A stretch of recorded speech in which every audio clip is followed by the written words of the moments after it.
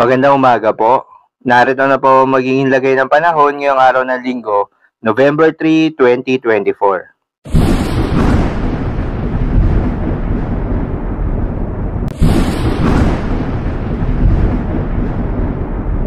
Sa kasalukuyan na tayo sa pag-asa, easterlies o yung mainit na hangin galing sa karagatang Pasipiko ang patuloy na nakakaapekto sa may eastern section ng Luzon at Visayas.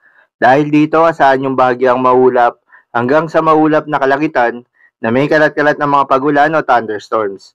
Habang sa nalalamig bahagi ng ating bansa ay asahan naman yung maaliwalas na panahon sa umaga hanggang sa tanghali. Ngunit pagsapit ng hapon o gabi ay asahan naman yung mataas na tsansa ng mga pag-ulan o thunderstorms.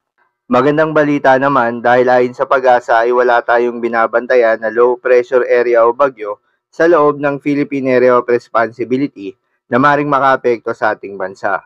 Ngunit sa may silangan ng Mindanao ay may nabuong low pressure area at pinangalanan ito ng Joint Typhoon Warning Center na Invest 90W. Sa ngayon ay mababa pa naman yung tsansa nito na maging isang bagyo, ngunit nagbabadya itong pumasok ng Philippine Area of Responsibility sa mga susunod na araw. Kaya naman patuloy nating babantayan na magiging development ito kung matutuloy bilang isang bagyo o hindi. Para naman sa ating long-range forecast at ipinapakita ng forecast model na ating ginagamit, may namamataan nga na sama ng panahon na posibleng pumasok ng Philippine Area of Responsibility sa mga susunod na araw. At inaasahan na lalapit sa may silangan ng Visayas at Luzon, hindi naman inaasahan na magiging banta ito sa ating bansa. Dahil posibleng malusaw ito ng paparating na amihan na posibleng maramdaman na natin at ideklara na rin ang amihan season sa susunod na linggo. Paalala lamang po na ang mga nasabing forecast ay posible pa pong magbago. Kaya naman patuloy lamang magantabay sa mga update nating ilalabas at ng pag-asa. Para naman sa magiging lagay ng panahon ngayong araw ng linggo, dahil nga sa epekto nitong easterlies, asahan sa Cagayan Valley, Aurora, Quezon, Bicol Region at Eastern Visayas ang bahagyang maulap hanggang sa maulap na kalangitan na may kalat-kalat na mga pagulan o thunderstorms. Posible ang mga pagbaha o pagguho ng lupa during severe thunderstorms. Habang sa Metro Manila at nalalabing bahagi pa ng ating bansa, ay asahan rin yung bahagyang maulap hanggang sa maulap na kalangitan na may kalat-kalat na mga pagulan o thunderstorms. Dulot naman yan ng mga localized thunderstorms.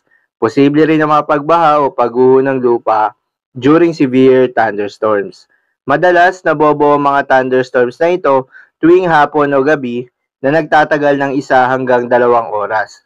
Kaya naman ingat sa mga posibleng banta ng pagbaha o pagguho ng lupa. Para naman sa magiging lagay ng mga dagat baybayin, ayon sa pag-asa ay wala tayong nakataas na gale warning sa anumang seaboards ng ating bansa. Kaya naman malayong makakapamalaot yung mga kababayan nating mangingisda at yung may mga maliliit na sasakyang pandagat dahil inaasahan yung banayad hanggang sa katamtaman ng mga pag-alon. Ngunit iba yung pag-iingat pa rin, lalo na kung meron tayong offshore thunderstorms activity, asahan pa rin yung tsansa ng malakas na hangin at kaakibat nito ang bahagyang pagtaas ng mga alon. So yun lamang po para sa lagay ng panahon ngayong araw ng linggo. Keep safe everyone.